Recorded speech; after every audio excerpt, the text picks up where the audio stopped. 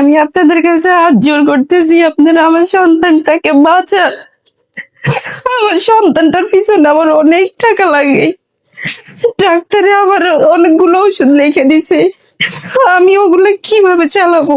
আমার বাবা মায়ের দিকেও নাই, আমার স্বামীর দিকেও নাই। আমার দেশ বিদেশে সকল ভাই বোনদের কাছে একটাই চাওয়া, সবাই আমার এই বাবুটাকে দেখতেছেন, আমার বাবুটাকে সবাই একটু সহযোগিতার হাত বাড়াই দেন, আমার বাবুটাকে সবাই একটু সাহায্য করেন।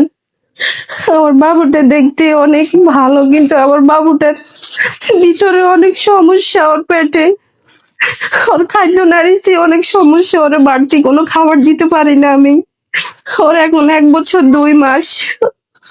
ও দুনিয়াতে আসার 1 সপ্তাহ পর থেকে ওরে নিয়ে আমি অনেক ডাক্তারের কাছে গেছি, কিন্তু কোনো ডাক্তারের কাছে আমি ওরে সুস্থ করতে পারিনি।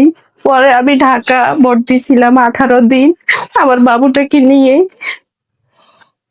আমার বাবুটার পেটে একটা সমস্যা, ওর খাদ্য নারীর সাথে হাত ফেঁসে আছে। এখন ডাক্তার বলছে ওর এই অপারেশনটা করতে প্রায় 4 লাখ 4.5 লাখ টাকার মতো খরচ হবে, কিন্তু আমরা গরিব দেখে আজকে ওরে চিকিৎসা করাইতে পারি না। ওর বাবা নাই, ওর নানার দিকেও নাই, দাদা দাদির দিকেও নাই।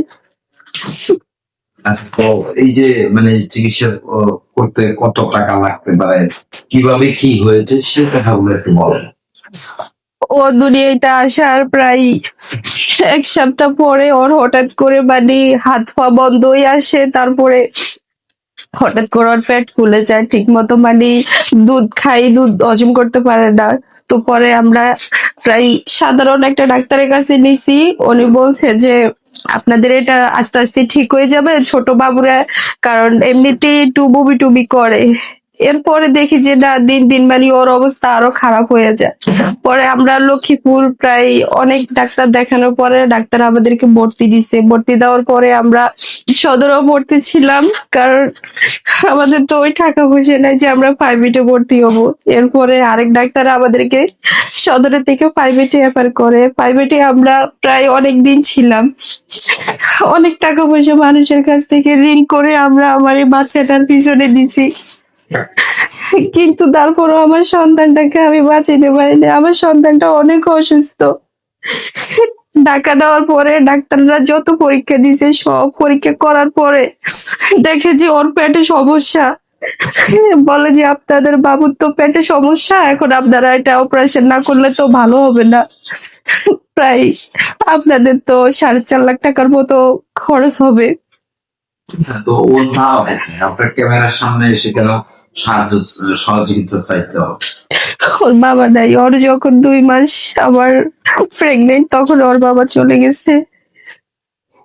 রেখে চলে গেল? জি, কারণ সেটা আমি জানি না, আমার সাথে কিছুই হয়নি, হঠাৎ করে কাজ করবে এটা বলে বাইরে গেছে, তারপর ঠিকানা আসে নাই, তারপর খুলে আর আসে নাই। আচ্ছা, তো এই যে রেখে চলে যাওয়া পিছনে কি কোনো কারণ কিংবা তার গ্রামের বাড়ি দেখে শুনে বিয়ে করে বসছিলেন?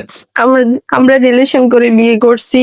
ওর গ্রামের বাড়ি হচ্ছে কুমিল্লা। পরে ওর একটা ভাই ছিল, ওর ভাই আমাদেরকে মানে বিয়ে শাদী দিছে। তারপরে এখন ওর ভাই বলতেছে আমার ভাই এখন কই গেছে, আমাদের সাথেও যোগাযোগ নাই। আচ্ছা, তো আসলে এই যে এখন যে বাবুটা এই সমস্যাগুলো আসলে কতদিন বয়সে ধরা খেয়েছে, কিভাবে ধরা খেলে, কি ধরনের সিমটম পেয়েছে? এক সপ্তাহ পর থেকে যখন আমরা অনেক মেডিকেলে যাই, অনেক ডাক্তার দেখাই, তারপরে কোনো লক্ষ্মীপুরের মধ্যে কোনো ডাক্তারে ধরতে পারে নাই। পরে কি প্রবলেম? প্রবলেম হয়তো ওর মানে হাত পা মানে হঠাৎ করে কাঁপানি শুরু করে, তারপরে শ্বাস টান বাইরে যায়, তারপরে মানে শুধু এই যে একটা অন্যরকম মানে ওর কাছে মনে হয় যে শান্তি লাগে না। তো পরে দুধ খাইলে দুধ সাথে সাথে সব মানে ঢাইলা দেয়।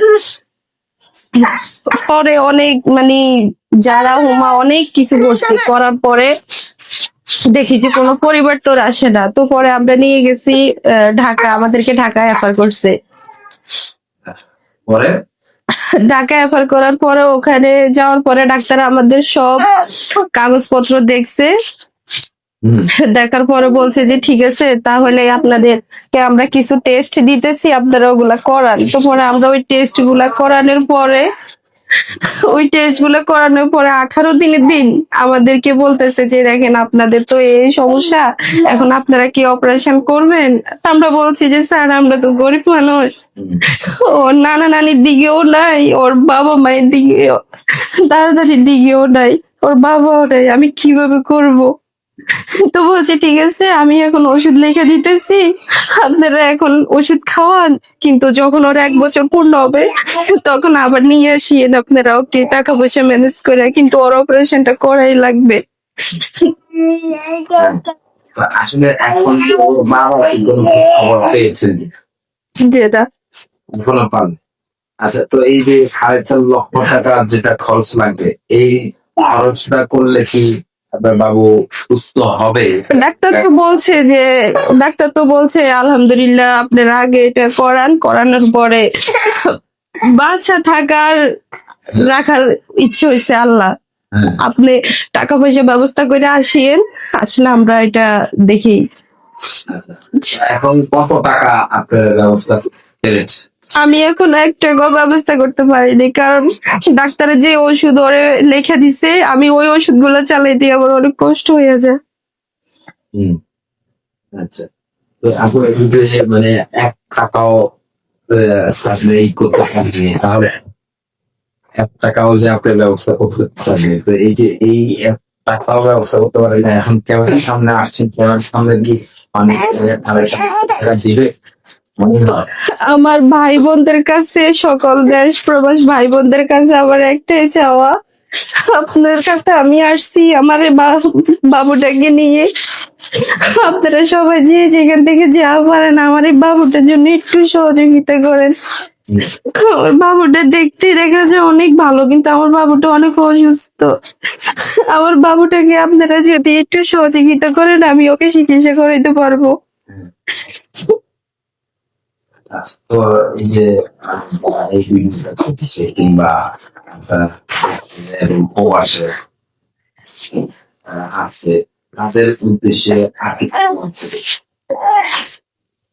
তাদের কাছে আমার একটাই চাওয়া, আপনারা সবাই আমার বাবুটার জন্য একটু সহযোগিতা করবেন, একটু সাহায্য করবেন। আমার বাচ্চাটাকে আমি ট্রিটমেন্ট করাইতে পারতেছি না, সবাই একটু সাহায্য করেন আমার বাচ্চাটার জন্য।